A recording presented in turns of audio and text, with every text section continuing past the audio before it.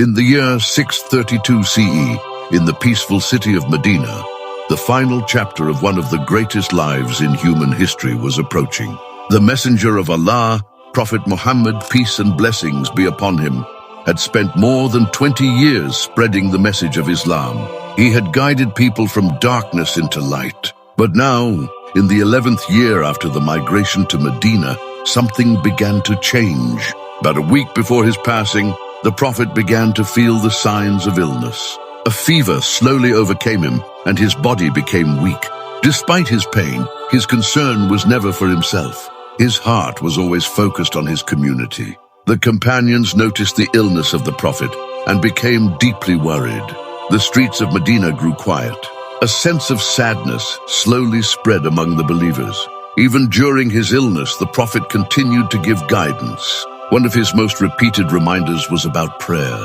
He emphasized the importance of maintaining the connection between believers and their Lord. As his illness became stronger, the Prophet could no longer lead the prayers in the mosque. He instructed that Abu Bakr should lead the people in prayer.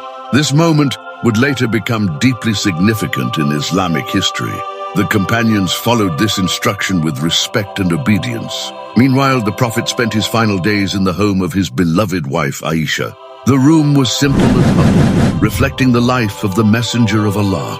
Despite his illness, he continued reminding the people about kindness, faith, and unity.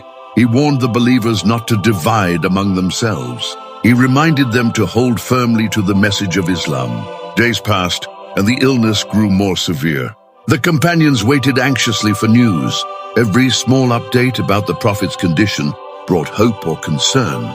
Then one Monday morning, something remarkable happened. The Prophet briefly felt better. From his room, he looked toward the mosque. He saw the believers standing in rows, praying behind Abu Bakr. Seeing his community united in prayer brought a gentle smile to his face. It was a moment of peace. But soon after, the illness returned.